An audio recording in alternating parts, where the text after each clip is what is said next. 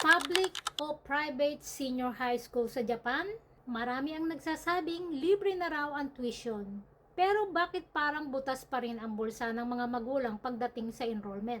Ka-question, hindi lang tuition ang dapat nating tignan.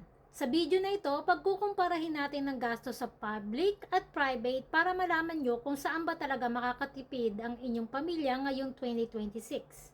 Handa na ba kayo? Napakaraming nagtatanong, dahil ba libre ang tuition sa public, wala na kaming babayaran? At sa private ba, lahat ba ay out of pocket? Sagutin natin yan isa-isa sa ating Ultimate School Budget Breakdown. Sa public senior high, ang tuition na Juichimang Hasseng Hapyaken ay sagot na ng gobyerno. Pero may mga school fees o Gakko Choshukin. Ang entrance fee ay mura lang. Nasa Goseng Ropyaku Gojuyen. Pero ang uniforms, PE gear at sapatos ay pwedeng umabot ng Hachimang hanggang Junimang yen. Isama pa ang textbook at ang nire-require na laptop o tablet na nasa Gomang hanggang Hachimang. Sa kabuuan, maganda ng Medyo Gomang hanggang Sanju Gomang sa unang taon. Ngayon, dumako naman tayo sa private school. Dito, ang tuition ay mas mahal, karaniwang Yonjumang hanggang Rokujumang kada taon. Pero huwag kayong mawala ng pag-asa dahil ang national subsidy ay magagamit nyo rin dito pambawas sa tuition. Gayunpaman, mas mataas ang entrance fee sa private, na karaniwang nasa Nijumang hanggang Sanjumang. Isang bayaran lang yan, pero masakit sa bulsa kung hindi napaghandaan. Bukod sa tuition fee, ang private school ay may facilities fees at mas mahal na uniform. Minsan ay gawa pa ng sikat na designer.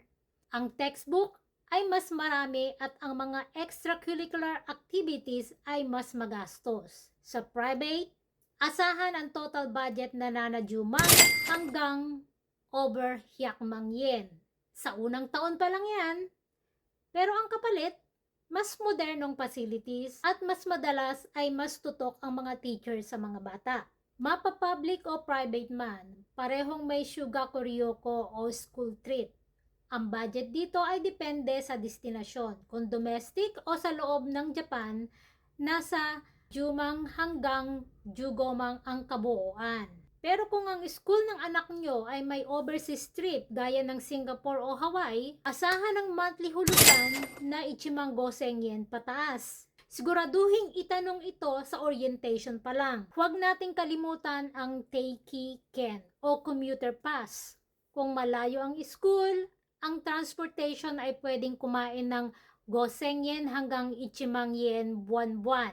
Isa pa ang lunch, bento ba o kantin. Ang maliit na gastos araw-araw kapag tinotal mo sa loob ng 3 taon ay isang malaking investment na rin para sa kinabukasan ng inyong anak. Sa madaling salita, kung budget conscious, ang public ang daan dahil sa mababang fees. Pero kung kaya naman ang budget at habol ay specialized education, ang private ay magandang option, basta ma-maximize ang subsidies. Tandaan, ang edukasyon ay hindi lang gastos. Ito ay puhunan para sa pangarap ng ating mga anak dito sa Japan. Ikaw ka-question, saang school mo balak i-enroll ang iyong anak? Malapit ba ito sa bahay nyo o kailangan pa ng mahabang biyahe? I-share nyo naman ang inyong tips o questions sa comment section sa ibaba. Huwag kalimutang i-like, i-share at i-follow ang video na ito para mas marami pa tayong matulungang Pinoy parents. Hanggang sa muli, ito ang inyong Pinay Question. Dahil sa bawat tanong, may sagot tayong mahahanap. See you sa susunod na video. Bye! Johnny!